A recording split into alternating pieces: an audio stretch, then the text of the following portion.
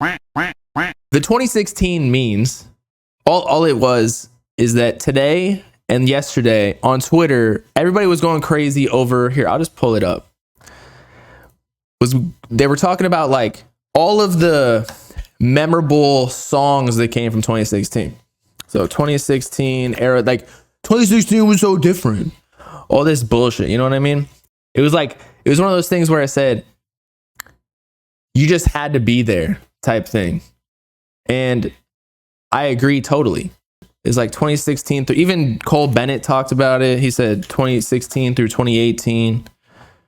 Yeah, 2016 through 2018. You just had to be there. A bunch of people started quote tweeting, posting all the songs. But then I got into some arguments. It wasn't like heated necessarily, but people are just delusional now. They're so, what is it? Like recency bias. They're like, what are you talking about? They were even saying in the comments on my Instagram post about it. Where is it? Right here. This one. Something about like, we're living through another 2016 era. And that's just not true. Okay. There were so many people that were mainstream hits in this era. Whereas now, like, we got Yeet, yeah, but I wouldn't even say Yeet really like is running shit as much as even Uzi was, and then we had like multiple Uzis. We had like a X, a Juice WRLD, Cardi, Lil Skies was going crazy, Trippie Redd, Lil Pump, Smoke Perp. Like, as much as some of these people fell off and deservedly so, you just can't. And I'm not sitting here trying to be an old head of like, 2016 was 8 years ago. That's what people say. Like, forget about it, or like stop going back to it. It's like, it's just, I don't know. I feel like we're more and more in a fast food era of music where like it was already kind of bad back in those days because there were so many rappers coming out, but now it's like times 5. I talked about this with Yassine on the podcast like 2 days ago. It's like, I don't even know if it's profitable to be a rapper anymore with these deals that are going out. Like, yeah, Osama son got $1 million or whatever, but like, say that's $300K in pocket for like 3 to 5 albums. That's like 3 years potentially, maybe 5 years, depending on what they consider a mixtape. It's like, that's $100K salary right there. And it's hard to make back the full $1 million because the rest of it's in marketing and recording budget. Yeah, you might get a lot of free shit. Yeah, you get shows and whatnot, but like, these rappers ain't really making that much bread, bro. Like, you could get a corporate job and be making the same amount as your favorite rapper. I assure you. Netspan gonna sign for $800K. So this is what I mean. When you see a number like that, it means advance marketing, recording. Okay. So basically it's split into 3. Usually the advance would be a little bit higher because they need something to work with so that they can live their life. But realistically, you know, out of 800K, 400 is going to be the advance. Okay. So now say that's like for the next 3 to 5 years, plus it's like past catalog, whatever it is. That means that you made 400K. That's a come up. Don't get me wrong, but over however long, I'm not tweaking, bro. I'm not tweaking at all. I'm just saying over a given period, 400K is not a lot. Like over 3-4 years, like, and it is a lot of money. But what I mean is, when people's perceptions of what rappers make is like, oh, they got an 800K deal and then like they're getting another 800K the next year. And it's like, no, they got to eat off that for the next 3 to 5 years. And they don't even get the full 800K because a lot of it's going to be used in marketing and recording. And then, yeah, unless you're independent, but like it's hard to make that much money. I mean, have y'all have seen the streaming numbers, bro? Look. All right. Spotify. Okay. We talk about all the time. If you want to make even $100,000 off your music, $100,000 divided by 0.004. you got to get 25 million streams. What independent artist is getting 25 million streams? There are very few. There are some, but 25 mil and you're only getting 100K, like 25 mil, like you're famous. And so that's how the labels lure you in, because they're going to own your catalog, but they're going to offer you like $1 million. Meanwhile, they're going to make like 5-10 off that shit. So that's what I mean. Now, back to 2016 though. There's no comparison. Somebody was telling me like, Ken Carson's like, we're going to remember this, all of the new subgenres that came out of this, like ambient and just New York drill and grunge. I'm like, first of all, I don't think grunge rap is really that popular. It's still so new. People will remember the rage era, definitely, for sure. They'll remember, I just think the ambient, like Destroy Lonely, like, yeah, people remember if you're like really tapped in, but like when you look back at the SoundCloud era, it's just something completely monumentous where like nothing's touching it right now. If we're comparing it to Yeet right now, who's the top artist in the game,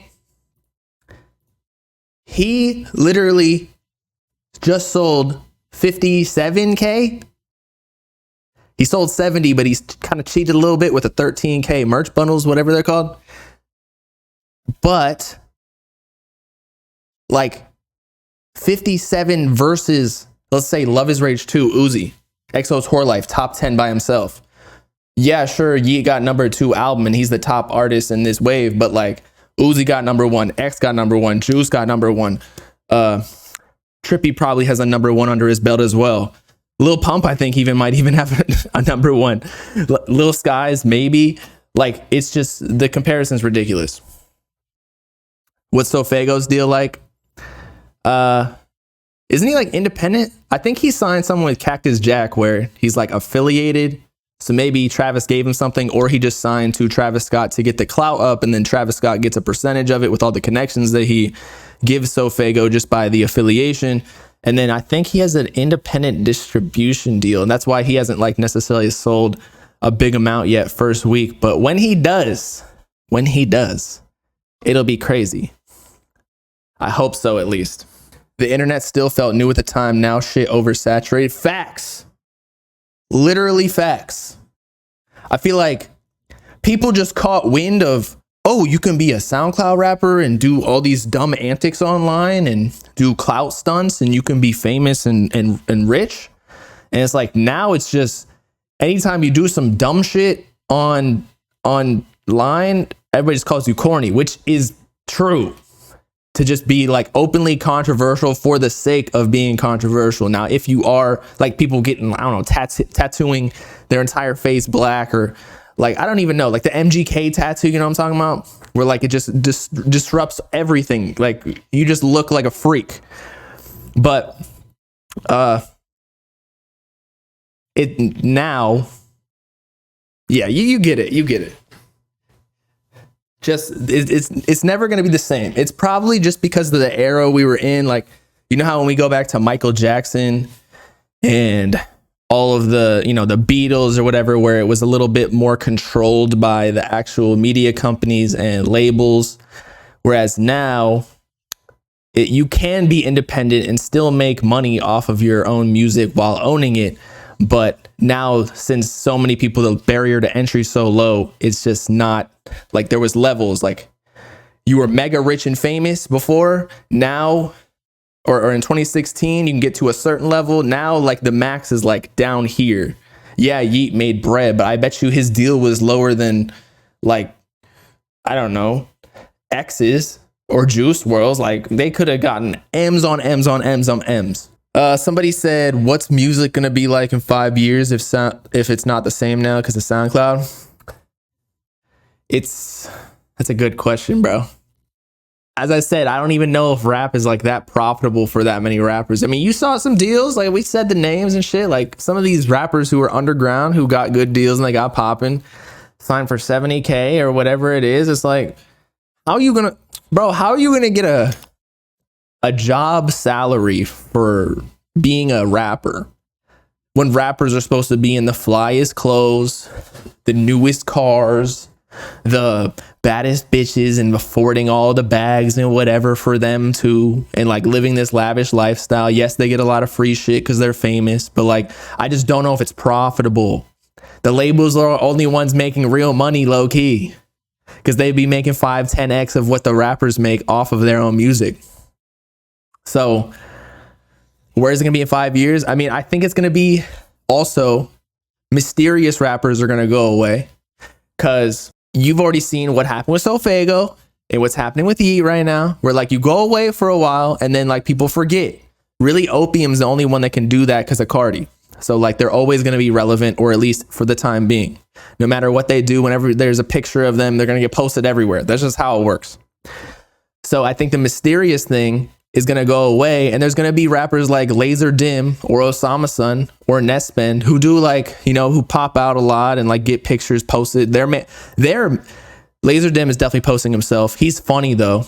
I feel like you have to be more of a character, like actually a cool person to go up as a rapper now. I feel like that's why rappers aren't going on streams, because they're just not, I mean, I'm not saying they're not cool, because I haven't really met too many, but like they just aren't good with like being online characters, which you low-key gotta be to, you know, for people to fuck with you and fuck with your music. And music isn't as much of a, you know, like it's not as much of the focus as it was in 2016, where like SoundCloud rappers were the it thing. Whereas now, as I said in another stream, was like maybe not me, because I'm not really like a streamer per se, but like the Kai Cenats, the Aiden Rosses, the Neons, or whatever, kids are watching that shit, whether you like that content or not. So that's, and then rappers go on those streams and like they're maybe, you know, not really saying much because that's more of their personality. They want to be mysterious, but I feel like that's going to go away. You have to be like a Jaleel or like a Laser Dim or a Nespin or Osama Sun, as I said before, where like you're actually playing into the trolling, like Can or Summers. Like those are the people who are relevant and getting big deals. So where is it going to go? I think it's just going to be like you got to be a content creator more than just a rapper. You got to be like active with your community. The mysterious shit doesn't work now with so much content being reposted on TikTok and Instagram and Twitter. Like you got to be in headlines by doing shit all the time, because not everybody can be Opium. That's just a simple fact. Labels are about to die in general. It's going to be a fend for yourself type of thing. Interesting. I mean, here's the thing. Labels know they're a big business, right? So they're going to know how to finesse. They're going to know how to make their money, no matter what it is. That's their business. So that's why people say they get in slave contracts, because the rappers don't really know what their music's worth. And neither do I, because like I'm not even in that business necessarily. I know a little bit, but if it means that they're going to give rappers less money, so that because they're going to be making less money, but their profitability is still going to be higher. They'll give more deals maybe, but they're making smaller amounts on each rapper because streams don't pay. That's why the 360 deal was invented, because the stream revenue, and like when iTunes was invented, like they were making less money on like the actual digital music, so they had to start collecting from tours and merch and all that shit. So they're gonna adapt regardless. I think labels and they are buying, like I don't know if you saw this, but they bought Warner, I think, or Universal, one of them bought Daquan. So they own like meme pages now, big networks, so that they can basically for free promote artists. They own Spotify, or a lot of it, minority stakes at least. So like they're on the boards and they can like make sure they also get higher payouts so like an independent artist will get like, you know, $4 per stream, but these labels might be getting more because maybe they're not making as much on the stream, but since they own equity in Spotify, they make money off of the Spotify streams going up on the back end, if that makes sense, because the share prices go up or they get dividends or whatever it is. So like it's just not possible. I'm telling you, I don't know what's gonna happen to rappers. Like if there's no money in it, I'm sure people, you know, 100K still is a lot of money for a lot of people. So maybe there will still be people, but I think Goonie tweeted. Let me go back. Goonie. What is Goonie's Twitter?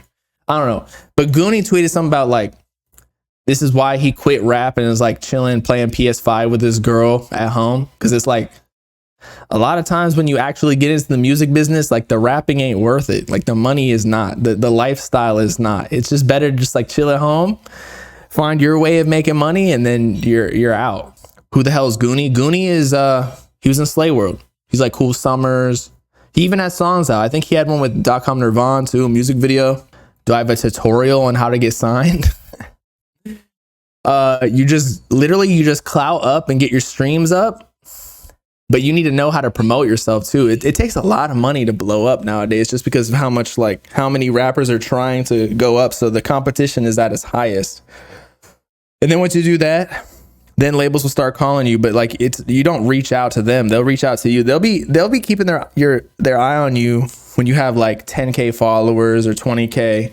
They'll know what's up, and then it's just a bidding war after that of like how much the label's gonna give you. But again, I don't know how high the bidding gets nowadays. If a generational talent, once in a lifetime artist comes out, do you think they would still need a label?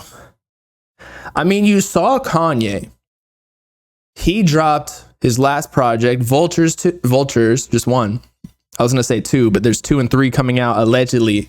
I doubt it though, because he did the same thing with Donda. But maybe he'll do a listening party and just drop it independently again. I don't know.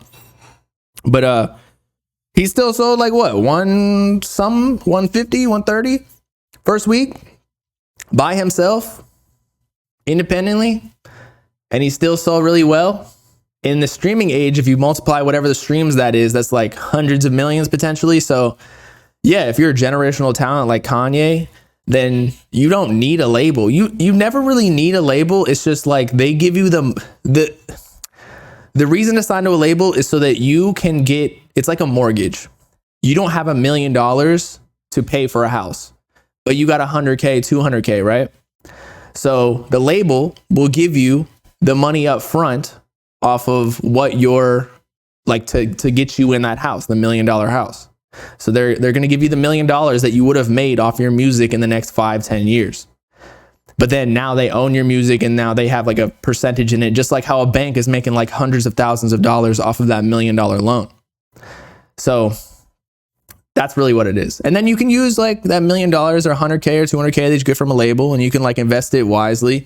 But with how these rappers are spending, I mean, you see like Lil Pump and Smoke Perp and like YB and Namir, they're selling like what, $2 messages just to DM them on OnlyFans. They can't be doing well if they're selling that. So I'm just saying the rapper lifestyle is not conducive to being successful as a career or a person. Fago is generational. I mean, apparently Fago got like at least an M from his publishing deal alone, and he didn't even sign like a major deal for the distribution yet. So he's killing it regardless. But that's the same thing. Like he got an M up front, whereas his music wouldn't have made that for at least a few years. So blowing up is pay to win. Yeah, facts. Literally. Like the insides of a label. This is basically what they do. You get up, the label gives you a marketing budget. They give you the advance so that you're happy, you can make money, or you can use that to spend on whatever. And then they use marketing budget just to keep you relevant and make a little bit on the side, just slowly but surely. But they have budgets on retainer ready to go to post on all the Instagram pages, the Twitter, the TikTok, every time you drop. So it is pay to win. That's why the labels always win, because they got more money than you as an independent artist. So that's why it's always, or not always, but a lot of times advantageous if you want to be famous and you want to like start talking to, I don't know, you start making more money sooner and more surely, because you never really know if you're going to blow up as an independent artist, but the label will assist you and increase those probabilities. Then that's the like price you pay, and that's why you would sign to a label. How do I know all this insider? I mean, I've been doing this since like 2016, bro. I was running Instagram pages when I was in 2016. Like people think that I just like in 2020 started YouTube and like was just a bum. Nah, I've been doing this shit. And I've been watching. I learn every day too. I mean, a lot of the shit I say is wrong, but like a lot of things change as well. But yeah, I've experienced it, and I've seen some of these deals. Like I've been a part of some of these deals. I get it. I see the marketing budgets. I run some marketing campaigns.